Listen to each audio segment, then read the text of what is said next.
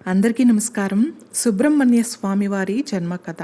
ఉత్తమ సంతానం కోసం గర్భిణీ స్త్రీలు తప్పక వినాలి. షణ్ముఖోత్పత్తి కథ అత్యంత శక్తివంతమైన ఘట్టం.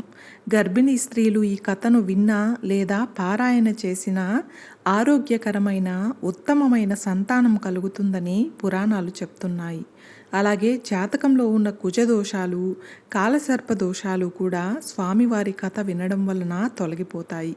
మరి అంతటి మహిమాన్వితమైన కథను ఇప్పుడు విందాం. కథలోకి వెళ్లే ముందు ఒక్క లైక్ చేసి సుబ్రహ్మణ్యాయ నమః అని కామెంట్ చేయండి. మీరిచ్చే చిన్న లైక్ నా ఛానల్ గ్రోత్కి ఎంతో సహాయపడుతుంది. ఇక కథలోకి వెళ్ళిపోదాం. పూర్వం తారకాసురుడు అనే రాక్షసుడు ఉండేవాడు. తారకాసురుడు బ్రహ్మదేవుణ్ణి ప్రసన్నం చేసుకోవడం కోసం భయంకరమైన తపస్సు చేశాడు.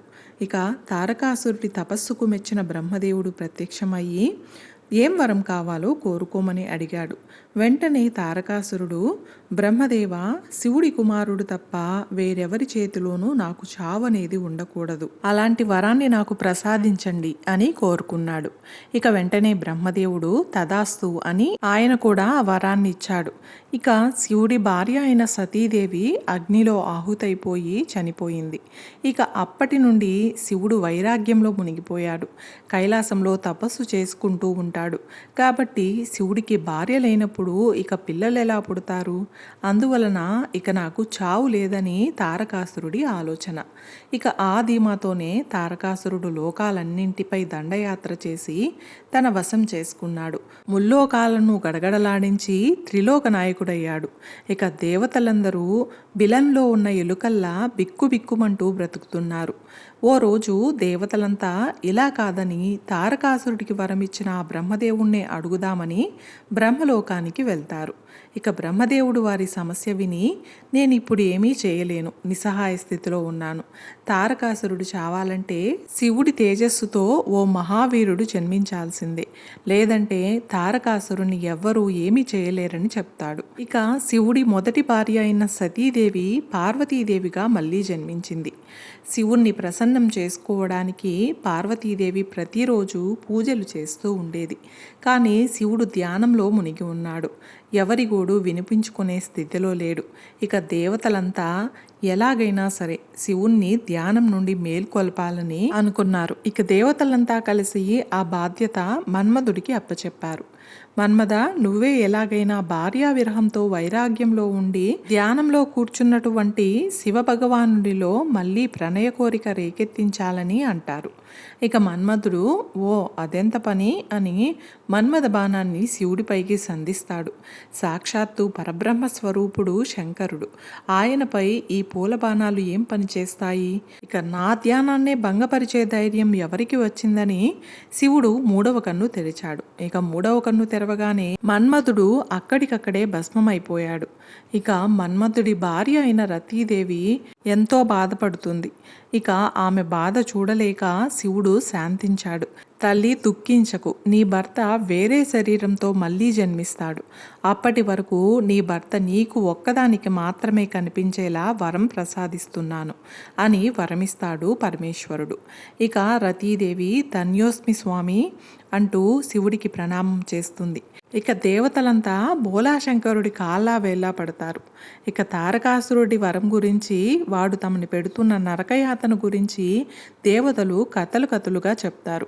ఇక లోక కళ్యాణం కోసం మళ్ళీ పెళ్లి చేసుకోవడానికి పరమశివుడు ఒప్పుకుంటాడు. ఇక పరమేశ్వరుడు తన దివ్య దృష్టితో పార్వతీదేవి రూపంలో పుట్టిన సతీదేవిని గుర్తించి ఆమెను వివాహం చేసుకుంటాడు. అలా పార్వతీ పరమేశ్వరుల పెళ్లి దేవతలందరి చేతుల మీదుగా అంగరంగ వైభవంగా జరుగుతుంది. పార్వతీ పరమేశ్వరులు కైలాస పర్వతం పైన ఏకాంతంగా క్రీడిస్తూ ఉంటారు. అప్పుడే దేవతలందరికీ ఓ పుట్టరాని బుద్ధి పుడుతుంది. శివుడు సాక్షాత్తు పరబ్రహ్మ స్వరూపం, పార్వతీదేవి జగన్మాత. మరి వీరిద్దరి తేజస్సులు కలగలిస్తే పుట్టబోయే బిడ్డ ఇంకెంత తేజోవంతుడవుతాడు? అంతటి తేజస్సును ఈ సృష్టి తట్టుకోగలదా? భూమాత భరించగలదా అనే పిచ్చి ఆలోచనలతో దేవతలంతా బుర్రపాటు చేసుకుంటున్నారు. నిజానికి శివుడి మాయ దేవతలందరినీ కమ్మేసింది. ఒక్క విష్ణువును తప్ప మిగిలిన వారంతా ఆ మాయలో పడిపోయారు. వాళ్ళు ఏం మాట్లాడుతున్నారో ఎలా ఆలోచిస్తున్నారో వారికే తెలియకుండా ఉన్నారు. ఇక దాంతో దేవతలంతా బ్రహ్మదేవుడి దగ్గరకు వెళ్ళి శివపార్వతులు కలియగా వచ్చిన బిడ్డ తేజస్సును ఈ సృష్టి తట్టుకోగలదా అనే సందేహాన్ని కలిగిస్తారు. ఇక సృష్టికర్త అయిన బ్రహ్మదేవుడు కూడా శివమాయలో పడిపోయాడు. ఒక్క విష్ణువు తప్ప మిగిలిన వారందరూ శివుడి దగ్గరకు వెళ్ళారు. విష్ణువు వెళ్ళలేదు. ఎందుకంటే ఇదంతా శివుడి జగన్నాటకమని ఆయనకు ముందే తెలుసు. మరి దేవతలంతా చెప్పిందంతా విన్నాక శివుడు సరే ఇప్పుడు ఏమంటారు, నా తేజస్సు పార్వతీదేవితో కలవకూడదు అంతే కదా, సరే అలాగే కానీ ఇప్పుడు నా తేజస్సు విడవబడింది కాబట్టి ఆ తేజస్సును ఎక్కడో దగ్గర వదిలివేయాల్సి ఉంటుంది, మరి ఎలాగా అని అడుగుతాడు. అప్పుడు దేవతలంతా హిమవత్ పర్వత పాదాల దగ్గర ఆ తేజస్సును వదిలేయమంటారు. ఇక భూమాత సంతోషంగా శివుడి తేజస్సును స్వీకరిస్తుంది. అలా ఈశ్వరుడు తన తేజస్సును భూమిపై వదిలేయడం వల్ల ఆ తేజస్సు నుండి బంగారం పుట్టింది. బంగారం నుండి రాగి, ఇత్తడి ఇంకా అనేక ధాతువులు పుట్టాయి. ఇక ఒక సమస్య తీరిపోయింది అని దేవతలంతా ఊపిరి పీల్చుకునే సమయానికి అసలు సమస్య అప్పుడే మొదలైంది. పార్వతీదేవి తన యోగ దృష్టితో జరిగిందంతా తెలుసుకుంది. ఇక కోపంతో ఊగిపోయింది. తనకు బిడ్డ పుట్టకుండా చేస్తే ఏ తల్లి మాత్రం క్షమించి వదిలేస్తుంది? కోపంతో ఊగిపోతూ నా భర్తతో కలిసి బిడ్డను కనే భాగ్యాన్ని నా నుండి దూరం చేసినందుకు మీకు కూడా ఇక నుండి మీ భార్యల ద్వారా బిడ్డలు పుట్టే భాగ్యాన్ని కోల్పోతారని శపిస్తుంది. ఇక భూదేవి కూడా శివుని తేజస్సును తీసుకోవడం వలన భూదేవిని కూడా ఒక స్త్రీవై ఉండి వేరొక స్త్రీ భర్త తేజస్సును ఎలా స్వీకరించగలవు? పరస్త్రీ భర్త తేజస్సును గ్రహించడం అపరాధమని నీకు తెలియదా? ఈ పాపం ఊరికే పోదు. త్యాగమూర్తివి కదా, పరస్త్రీల భర్తల తేజస్సు కూడా లోక కళ్యాణం కోసం భరించేంత ఓర్పున్న దానివి కదా. అదే ఓర్పుతో కొన్ని కోట్ల భర్తలు కలిగి ఉన్న దానివి అవుగాక. భూమిపై పరిపాలన కొనసాగించే ప్రతి రాజు నీకు భర్తతో సమానం అని శపిస్తుంది. అందుకే రాజులను భూమిపతి అంటూ ఉంటారు. ఎంతటి భయంకరమైన శాపం అది. ఇక పార్వతీదేవి శాపం విన్నాక దేవతలంతా బిక్కముఖం వేసుకొని అక్కడి నుండి తిరిగి వచ్చారు. కొంత దూరం వచ్చాక శివమాయ తొలగిపోయింది. అవునరే, ఆ తారకాసురుడి బాధ నుండి తప్పించుకోవాలంటే శివుడికి సంతానం కలగాలి. అందుకే దగ్గరుండి వారికి పెళ్లి జరిపించాం కదా, మరి ఇప్పుడేంట్రా మళ్ళీ మనమే వెళ్ళి బిడ్డ పుట్టకుండా అడ్డుకున్నాం అంటూ వాపోయారు. బ్రహ్మదేవ, ఘోరం జరిగిపోయింది. మనం కూర్చున్న కొమ్మను మనమే నరుక్కున్నామని లబోదిబోమన్నారు. ఇక విష్ణువు దూరం నుండి శివుడి వైపు చూస్తూ ఓ నవ్వు నవ్వాడు. ఇక దేవతలంతా ఇప్పుడెలా, పోని భూమిపై ఉన్న ఆ తేజస్సును దేవతా స్త్రీలలో ఎవరికైనా ఇద్దామన్నా పార్వతీదేవి మాకు బిడ్డలు పుట్టరని శపించింది. మరి ఇప్పుడెలా అని ఆలోచించగా ఓ ఉపాయం తట్టింది. పార్వతీదేవి అక్క గంగాదేవి అయితే ఎలా ఉంటుంది? అక్క కాబట్టి పార్వతీదేవి కోపగించుకోదు కదా, కాబట్టి ఎలాగైనా ఆ తేజస్సును స్వీకరించేలా గంగాదేవిని ఒప్పించాలని అనుకుంటారు. ఇక తారకాసురుని వధించాలంటే అది ఒక్కటే మార్గం. లోక శ్రేయస్సు కోసం గంగాదేవి ఆ తేజస్సును తనలోకి తీసుకోవడానికి ఒప్పుకుంటుంది. అలా శివుడి తేజస్సు అగ్నిదేవుని సహాయంతో ప్రజ్వలిల్లుతూ వాయుదేవుని సహాయంతో అక్కడి నుండి గంగా నదికి చేరుకుంది. ఇక గంగాదేవి పరబ్రహ్మ స్వరూపుడైనటువంటి ఈశ్వరుని తేజస్సును తట్టుకోలేక అలా గ్రహించి అంతే వేగంతో ఇలా వదిలేసింది. ఇక మళ్ళీ శివుడి తేజస్సు హిమవత్ పర్వత పాదాల దగ్గరే పడిపోయింది. అంటే కథ మళ్ళీ మొదటికొచ్చింది. అయితే హిమవత్ పర్వత పాదాల దగ్గర ఆ తేజస్సు పడి పంచభూతాలలో కలిసిపోయి దాని పక్కనే ఉన్న శరవణ తటాకంలోకి ఆ తేజస్సు పడిపోయింది. ఈ తటాకానికి భస్మాసురుడు శివుడి తలపై చెయ్యి పెట్టి భస్మం చెయ్యాలని చూస్తూ ఉండగా శివుడు పరిగెడుతూ ఉంటాడు. అది కూడా శివుడి జగన్నాటకంలో ఓ నాటకమే అనుకోండి. ఆ సమయంలో పార్వతీదేవి ఓ తటాక రూపంలోకి మారుతుంది. ఇక భస్మాసురుడి మరణం తరువాత పార్వతీదేవి మళ్ళీ నిజ రూపంలోకి వచ్చేస్తుంది. కానీ పార్వతీదేవి అంశ ఇప్పటికీ ఆ తటాక రూపంలో అలాగే అక్కడే ఉండిపోయింది.